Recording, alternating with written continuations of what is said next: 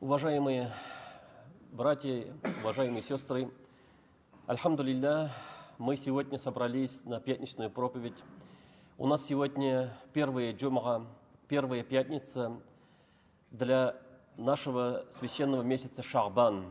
Ша'бан, в этот месяц пророк, саллаллаху алейхи вассалям, уделял особое внимание, потому что он говорил: люди обращают внимание на Раджаб и на Рамазан и оставляют без достойного внимания этот месяц.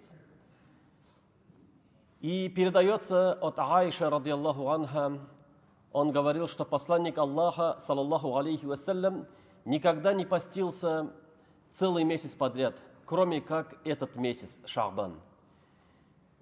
То есть почти полностью постился этот месяц. Ученые разногласят, почему пророк, саллаллаху алейхи вассалям, делал так, почему именно этот месяц перед Рамазаном он постился. Есть несколько вариантов мнений ученых. Они сказали, первое, это в этот месяц поднимаются деяния.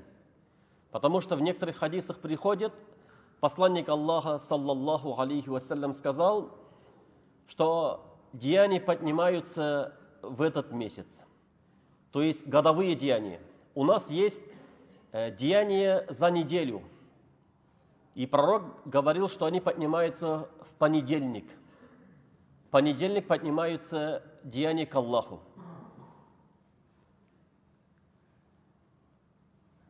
А вот годовые деяния поднимаются в месяц Ша'бан. В другом хадисе передается, что Аллах Субханаху ва Тааля посмотрит на людей Мунтасиф Ша'бан, то есть это 15 числа этого месяца, и простит своих рабов, кроме тех людей, которые предают ему сотоварищей, то есть делают ширк, многобожие, и тех людей, которые разногласят, враждуют друг с другом. Скажет Всевышний Аллах: оставьте их, пока они не помирятся. То есть Аллах Субханаху ва Тааля дает свое благо в этот месяц прощать своих рабов. И поэтому вот первое мнение, что пророк, саллаллаху алейхи вассалям, постился в понедельник и постился в четверг. И говорил, что в понедельник поднимаются деяния. И то же самое передается, что Аллах прощает своих рабов, кроме как мушриков и те, которые враждуют. Такие хадисы передаются про понедельник тоже. То есть это деяние недели. А деяния года поднимаются в этот месяц, и пророк говорил: я желаю, чтобы мои дела поднимались, когда я пощусь. И поэтому вот этот месяц Ша'бан пророк, саллаллаху алейхи вассалям, большее время проводил в посте. Второе мнение, некоторые ученые говорили, пророк, саллаллаху алейхи вассалям, очень много постился. Он иногда постился, некоторые говорили, что он не открывает рот. То есть почти, например, полмесяца может поститься. И иногда не постился. То есть у пророка, саллаллаху алейхи вассалям, были определенные дни, которые он не пропускал.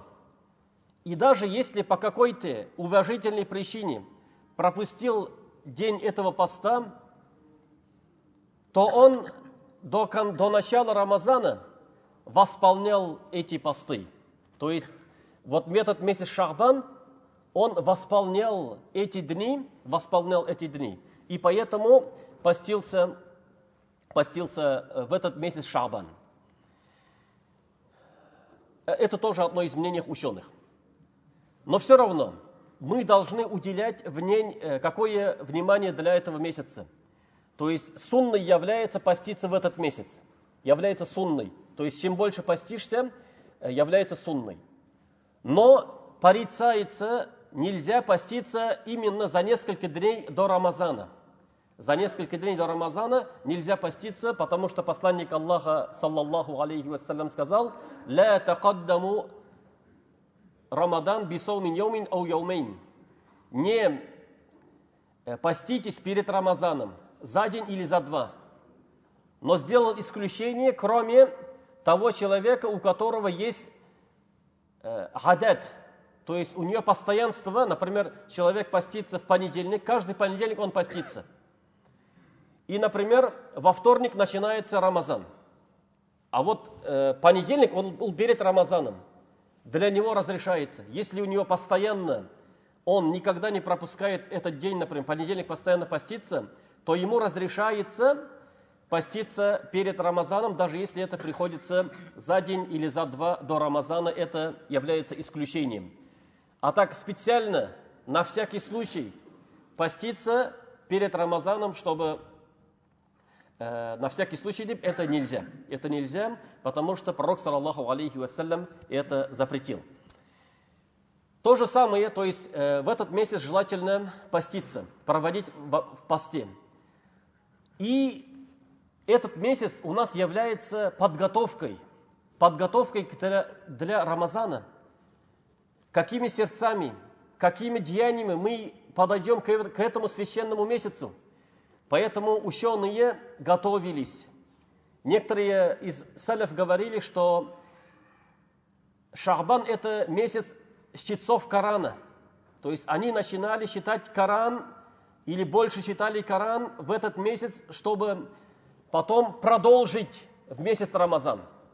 Как мы уже знаем, что некоторые праведные предшественники говорили, Раджаб является месяцем, когда ты сеешь, а Шаабан – это когда месяц ты поливаешь свой посев, и уже Рамазан ты пожинаешь плоды. Поэтому, если мы хотим следовать посланнику Аллаха, саллаллаху алейхи вассалям, надо стараться хотя бы сколько сможем поститься побольше в этот месяц. Потом у нас есть 15 число. Лейляту Шаабан, Лейлятуль Бараа называется, например, да? Ночь Бараатки сейчас. Тоже Аллах сказал, что Он прощает грехи в этот день, в эту ночь, в этот день. То есть, если человек постится и делает благие дела, иншаллах, Аллах субханаху ва тааля, он попадет под милость Аллаха и под прощение Аллаха, иншаллах. То есть, это подготовка к Рамазану. Потом надо обратить внимание для тех людей, которые еще не сделали када. Например, они пропустили пост прошедший Рамазан. Женщины, например, по причине месячных пропустила пост. Или мужчина по причине болезней, или по причине сафара пропустил пост несколько дней. И еще, если он не восполнил, то обязан поспешить восполнить пост в этот месяц, потому что если без уважительной причины человек не восполняет пост прошедшего месяца, то ему записывается грех. То есть грех, если ты без уважительной причины оставил каза, не восполнил дни, которые не постился в прошедший Рамазан. Поэтому Айша, ради Аллаху анха, говорила, что она восполняла те дни, которые пропускала по месячным, в Шаабан. Восполняла Шаабан, говорит. И поэтому на это надо обратить внимание. То есть у кого остались дни, надо побыстрее постараться закончить эти дни, и чтобы мы пришли к началу месяца Рамазан, и у нас не было долгов за прошедший год. И в этот месяц ученые советуют больше говорить салават посланнику Аллаха, саллаллаху алейхи вассалям. Посланник Аллаха, саллаллаху алейхи вассалям, сказал, то есть мне, пророку, скажет один салават, то Аллах ему скажет 10 салаватов.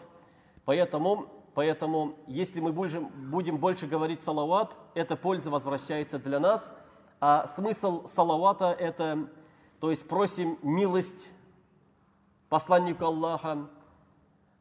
Или, как сказал Абу-Аль-Алия, рахимахуллах, это салават, смысл «зикруху фи малаил а'ля». То есть просим Аллаха, чтобы Аллах упомянул своего посланника среди своих ангелов.